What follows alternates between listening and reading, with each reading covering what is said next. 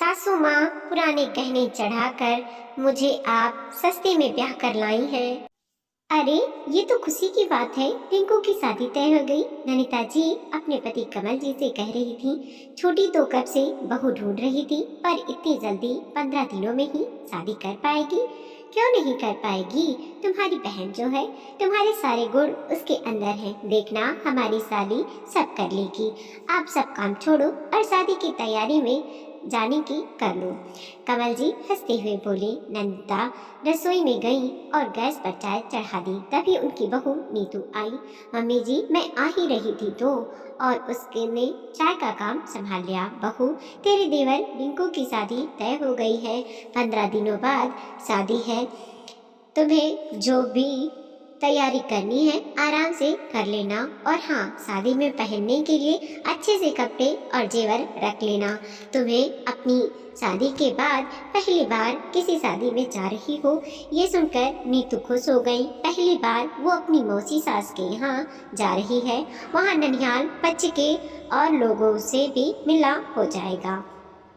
नियत समय पर ननिता जी अपने पति, बेटे नीरज और बहू नीतू के साथ शादी में पहुंच गई। शादी की सभी रस्में हो रही थीं, तभी नीतू की नज़र दुल्हन को भेजे जाने वाले लहंगे पर पड़ी। वाह मौसी जी, आपने बहू के लिए बड़ा ही सुंदर लहंगा चढ़ाया है। काफी महंगा होगा। इसका काम भी कितना सुंदर है। हाँ, बहू को खुद ही पसंद करने बुलाया था। अब उसे यही पसंद आया तो सोचा, शादी तो एक बार होती है तो बहू की इच्छा पूरी कर दी जाए। अब थोड़ा महंगा जरूर है, मौसी जी ने हंसते हुए कहा। तभी नीतू की नजर होने वाली बहू के गहनों पर जा ठहरी। मौसी जी, गहने तो आपने बड़ी भारी चढ़ाए हैं। इतने सुंदर गहने हैं, सारे नए लगते हैं, लेटेस्ट डिजाइन के भी हैं। बहू के लिए तो आपने बहुत कुछ किया है। और नीतू ने शिकायती नजरों से अपनी सास ननिता जी को देखा और अपनी बातें पूरी की। ननिता जी भी समझ गई कि नीतू अपने शादी के सामानों की तुलना होने वाली बहू से कर रही है, पर वो उस वक्त कुछ न बोली। अच्छे से शादी हो गई और सब घर लौट कर वापस आ गए। घर आते ही नीतू ने सबसे बात करना बंद कर दिया। ननिता जी ने पूछा तो वो यही बोली, आपने अपनी बहू के लिए कुछ भी अच्छा नहीं किया। मेरा तो शादी का लहंगा भी सुंदर नहीं था और जेवर आपने सारे ही पुराने चढ़ावे दिए हैं, एक भी गहना नहीं चढ़ाया नया। आपने तो मुझे सस्ते में ही अपनी बहू बना लिया। आपने तो हर जगह मेरी उपेक्षा की है। मुझे तो अपने होने वाले ससुराल से बहुत सारी अपेक्षाएं थी। घर की इकलौती बहू बनकर आई थी, पर मेरे गहनों और कपड़ों में आपने बड़ी कंजूसी कर दी। ये सब ननिता जी सुनती रह गईं। नीतू, ऐसी बातें नहीं है, हमने अच्छे से अच्छा लहंगा तुम्हें चढ़ाया था। अब शादी को 1 साल भी होने जा रहा है और यहाँ तो थोड़े ही महीने में फैशन बदल जाता है। और तुम्हें बुलाया तो था लहंगा पसंद करने को, पर तुम्हारी दादी ने मना कर दिया था कि मेरी पोती शादी से पहले घर से बाहर नहीं जाएगी। आप अपने हिसाब से सामान ले लो। ठीक है, मेरी दादी ने कहा था, पर गहने तो आपने पुराने ही चढ़ा दिए थे। नीतू ने फिर रुहासी होकर कहा। बहू, गहने पुराने नहीं हैं, मैंने धीरे धीरे पैसे जोड़कर बनवाए थे, क्योंकि तेरे ससुर जी की अच्छी नौकरी नहीं थी तो ज़्यादा कभी पैसा रहा नहीं। मेरे गहने तो नीरज की पढ़ाई और करियर में के बनाने में लग गए थे। जब नीरज की नौकरी लगी तभी मैं पैसे जोड़कर एक एक करके बहू के लिए गहने बनवा कर रखती चली गई। उसमें से एक भी गहना पुराना नहीं है, सब तुम्हारे लिए नए ही बनवाए हैं। ननिता जी ने समझाना चाहा। हाँ तो ठीक है, सभी बनवाते हैं, पर डिज़ाइन तो सुंदर बनवाने चाहिए। मुझे तो एक भी डिज़ाइन पसंद नहीं आई। मौसी जी ने को देखो कितने लेटेस्ट डिजाइन के बनवाए हैं, उनकी पसंद आपसे तो बहुत अच्छी है। ये कहकर नीतू अपने कमरे में चली गई। नैनता जी की आंखें भर आईं। बड़े ही जतन से वो अपने इकलौते बेटे नीरज के लिए बहू लाई थी। नीतू सब तरह से काम कर लेती थी, सब खाना पकाने में भी माहिर थी। बस उसकी तुलना करने की आदत से वो परेशान हो जाया करती थी। कहीं भी जाकर आएगी या कोई भी घर पर आएगा तो वो उससे तुलना करने लगती थी। उसकी इसी आदत के कारण घर का माहौल तनावपूर्ण सा रहता था। नंदा जी काफी सीधे और सरल स्वभाव की थी। अपने पति कमल जी की कमाई में उन्होंने हर तरह से निभा लिया, कभी भी किसी बात के लिए उल्लाना नहीं की। उनके घर में चाहे पैसों की कमी रही हो, पर घर में हमेशा एक सुकून भरा, प्यार भरा माहौल रहा है, क्योंकि घर की गृहिणी ही जब मन से संतुष्ट थी तो घर में कभी क्लेश नहीं होता था। वो कभी अपनी आर्थिक स्थिति की तुलना अपने बहनों से नहीं करती थी। उन्होंने और कमल जी ने जीवन का हर लम्हा सुकून से जिया है। लेकिन जब से नीतू बहू बनकर आई है, घर का सुख और शांति ही चली गई है और अब नीतू की तुलना करने की आदत से सभी परेशान हो चुके हैं। नीतू कभी भी संतुष्ट नहीं रहती थी। वो काम अपनी मर्जी से करती थी, अपने पसंद का कपड़ा चुनती थी, लेकिन जब वो अपने से बेहतर कोई चीज या कपड़ा देख लेती थी तो घर में कलेश मचा देती थी। शादी को 2 साल हो गए और उसने एक छोटी बेटी को जन्म दिया। बेटी का नाम दिया बड़ी ही प्यारी और चुलबुली थी। एक दिन नीतू ने नीरज से कहा कि मुझे दिया के पहले जन्मदिन के लिए नई फ्रॉक लेनी है और बिल्कुल वैसी ही लेनी है जैसे आपके दोस्त की बेटी ने अपने पहले जन्मदिन पर पहनी थी। ये सुनकर नीरज चौंक गया। नीतू, मेरा दोस्त खानदानी अमीर है और वो फ्रॉक बड़ी महंगी है और ब्रांडेड भी है। वो 10,000 से कम की नहीं होगी और साल भर की बच्ची के लिए इतना महंगा कपड़ा खरीद कर क्या करेंगे? साल भर में वो छोटा हो जाएगा। नीरज ने समझाना चाहा, आपके लिए मेरी खुशियाँ जरा भी मायने नहीं रखती हैं। मैं क्यों औरों की तरह खुश नहीं रह सकती हूँ? अपनी बेटी को औरों की तरह महंगी फ्रॉक नहीं पहना सकती हूँ। नीतू रोने लगी। नीतू, समझा करो, ये तुम औरों से क्यों अपनी तुलना करती हो? महंगी फ्रॉक पहनने से ही तुम्हें खुशियाँ मिलेंगी क्या? हम एक अच्छी सी ड्रेस वैसे भी ले सकते हैं और हम बहुत खुश हैं। तुम खुश भी तो रह सकती हो, वो सब तुम्हारे हाथ में है। अच्छा घर है, पति है, सास ससुर भी तुम्हें तंग नहीं करते।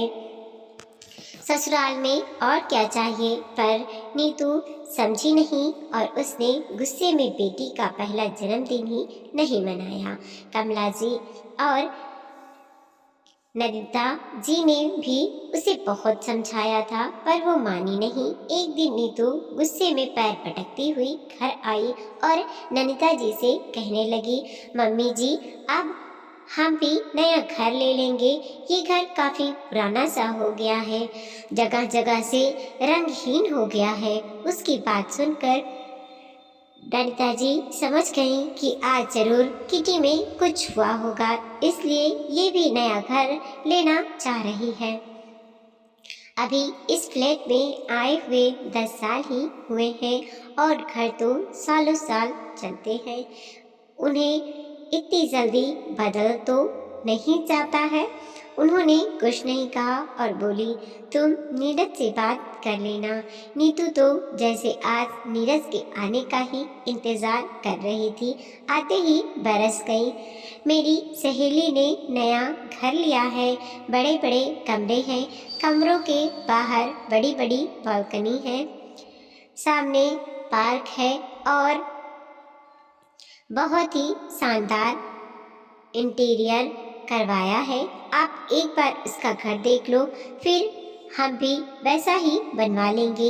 ये सुनते ही नीरज बोला, हमारा घर भी अच्छा है, सामने 2 बालकनी है और थोड़ी दूरी पर पार्क है, तो हम क्यों घर बदले।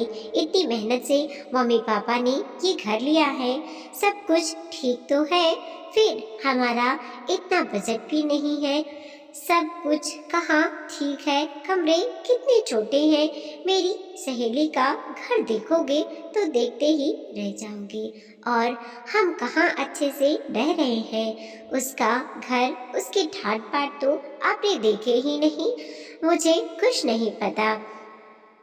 मुझे भी वैसा ही घर चाहिए ताकि मैं भी शान से रह सकूं।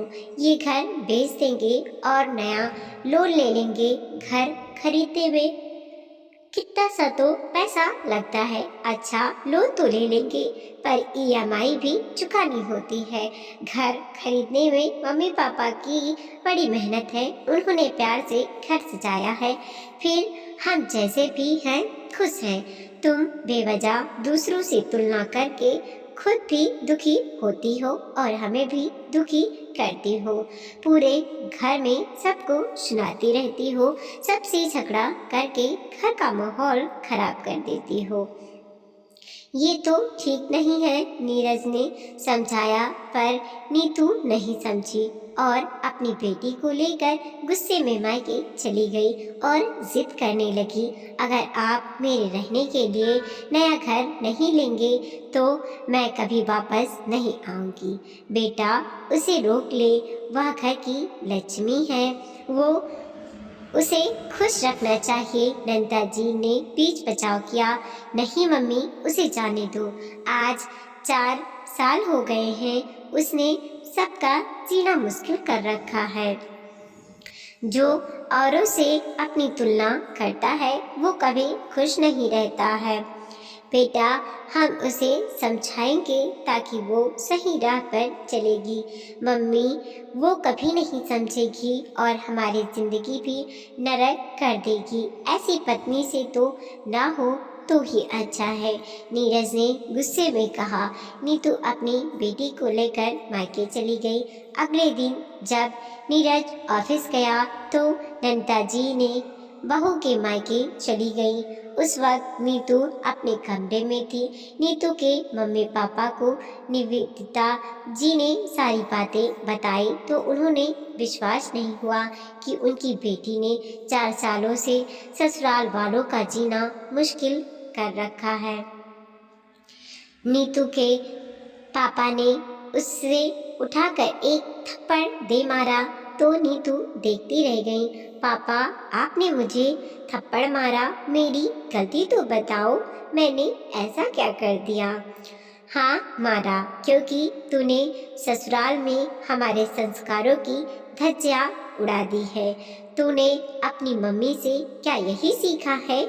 तेरी मम्मी ने हमेशा मेरा साथ दिया है, जैसा भी रखा उस माहौल में हमेशा खुश रही। तेरी मम्मी ने कभी हमारे घर की तुलना किसी और से नहीं की।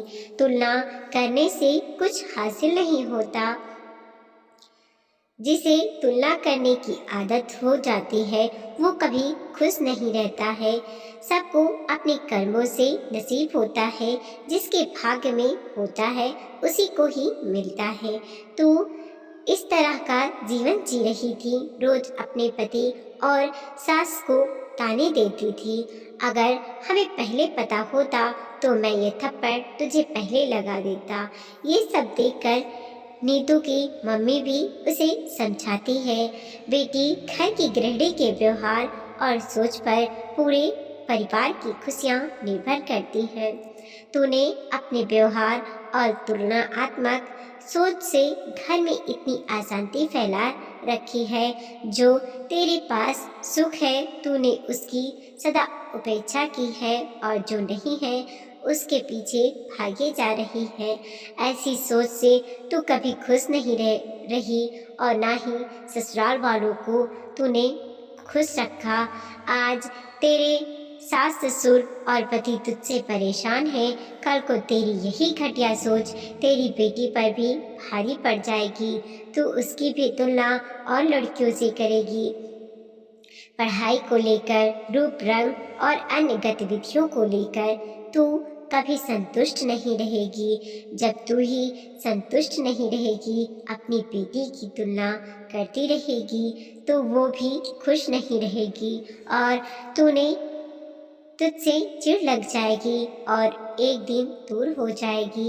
ये तो तेरी किस्मत अच्छी है जो तुझे इतना अच्छा परिवार मिला है। तेरी सास ने भी हम लोगों को ये बात तुझे प्यार से समझाने को कहा, क्योंकि उन्हें लग रहा था तू अपने मम्मी पापा की बात को जरूर मानेगी। इतना अच्छा घर मिला है, पति मिला है, कोई तेरे पास बहुत ज़्यादा पैसे की कमी भी नहीं है। घर है, सभी सुविधाएं हैं। घर छोटा हो या बड़ा क्या फर्क पड़ता है, घर में तो प्यार और शांति होनी चाहिए। कपड़े ब्रांडेड हों या साधारण, सब अपने बजट में ही लेना चाहिए, जिसमें हम खुश रहें और हमारी पति के चेहरे पर भी मुस्कान बनी रहे। हमेशा नीचे देखकर चलना चाहिए। जो हमसे छोटे लोग हैं, जो हमारे पास है, वो लोग उस तरह का जीवन जीना चाहते हैं, पर हम हैं कि ऊपर की ओर देखकर चलते हैं। हमें से ज़्यादा अमीर, ज़्यादा समृद्ध लोग भी अपनी तुलना करने लगते हैं और हमें इससे सिवाय दुख, चिड़चिड़ापन और निराशा के कुछ भी हासिल नहीं होता है। नीतू की आंखें शर्म से झुक गईं, वो कुछ नहीं कह पाई। कभी अपनी बेटी की ओर देख रही थी तो कभी अपनी सास की ओर। फिर दौड़कर वो सास के पैरों में गिर पड़ी। मम्मी जी, मुझे माफ़ कर दो, मैंने आपको सबको बहुत तकलीफ दी है। आज पापा के थप्पड़ और मम्मी की सीख ने मुझे जीवन का बहुत बड़ा पाठ सिखा दिया है। अब मैं सही राह पर चलूँगी। मुझे जो सुख मिला है, मैंने उसकी उपेक्षा करके अपने जीवन में बेवजह के दुख पाल लिए थे। अब जो भी है, जैसा भी है, जितना भी है, मैं उसी में खुश और संतुष्ट रहूँगी। निधिता जी ने अपनी बहू को गले लगा लिया। फिर नीतू मायके एक क्षण भी नहीं रुकी। अपनी बेटी और सास के साथ वो ससुराल चली गई। दोस्तों, इंसान में औरों की तुलना करने की आदत पड़ जाती है। वो इंसान अपने सुख और अपनों की अपेक्षा करके एक अंधी दौड़ में शामिल होकर नई अपेक्षाओं पाल लेता है और जीवन भर संतुष्ट नहीं होता। वीडियो को लाइक कीजिए, कमेंट कीजिए और अपने दोस्तों के साथ जरूर शेयर कीजिए। चैनल पर नए हैं, प्लीज़ सब्सक्राइब कीजिए।